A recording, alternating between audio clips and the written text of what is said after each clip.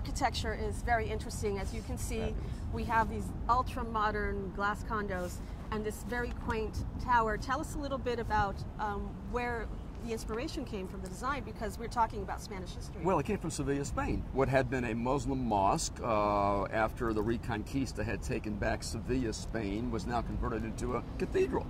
And the Muslim mosque becomes the great cathedral in downtown Sevilla, and it has the great Giralda Tower. So this building replicates that great building that goes back to the 13th century in Spain.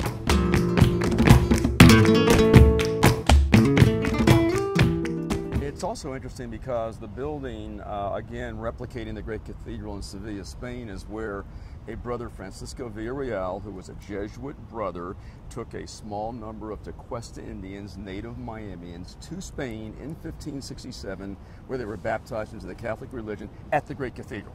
And so he met them on the river directly south of us by 1 mile, took them to Sevilla, brought them back as Catholics, and here we have 400 years later, the construction of this great Miami News Freedom Tower, just a mile or so north of where he had brought these converts. By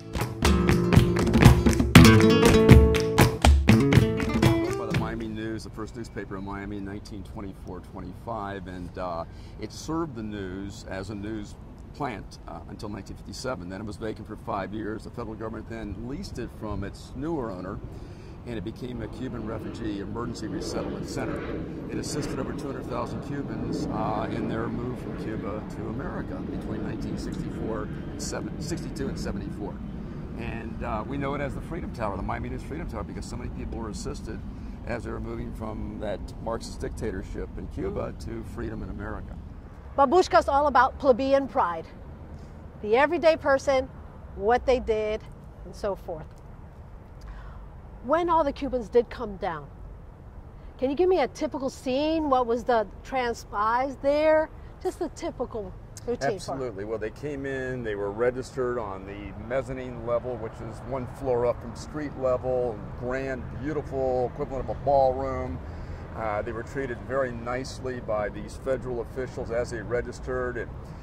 Then they were taken for maybe a medical checkup and or a dental checkup, and then they were given what they might need. It might be government issued cheese, it might be cash, it might be clothes, it might be shoes, and they were also given some kind of a card that would give them kind of like a date when they would come back again for further assistance.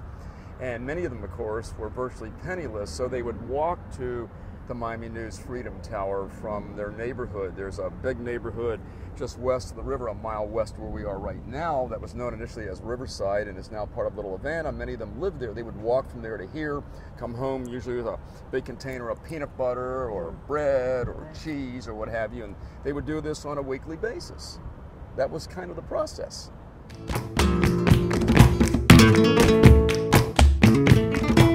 So would you say this basically the influx made Miami? Because when I went up to Ybor City, they said they went from Havana to the Everglades to the Keys, straight on by Miami, because it was only Indians and Everglades. Miami was already a profound city long before 1959. Miami, in fact, in 1959, the county had nearly 1 million people. It reached 1 million in 1962. So there were already lots of people living here, and this was already a major hub for airlines. It was a major port. It was a major tourist center long before any of this happened in the Miami News Freedom Tower. What the Cuban influx did was it made it an international city. It took it from a city that was Miami with a lot of southern elements, but also with aspirations for being a Caribbean-based city, a Latin American-based city, and made it a Caribbean-based Latin American city. So that would be, for me, what the Miami News Freedom Tower represents. So it not only became the national, it then helped us become international city. Absolutely. With all heritages. Absolutely. Changed it dramatically. And what those folks told you about going bypass Miami to go to Ybor City, they were right. Because in the 1890s, there wasn't a Miami. There wasn't a Miami until 1896. There were 9 people living on the river in 1895. So those folks coming from Cuba looking for work here, bypassing Miami, would have logically done that since there wasn't anything here. But Ybor City beckoned them, and there were opportunities there. So the Freedom Tower, on very many levels, is very important, not only Hispanics, but to the nation and to the states. Absolutely. Thank you, Doctor. You're very welcome. That was great.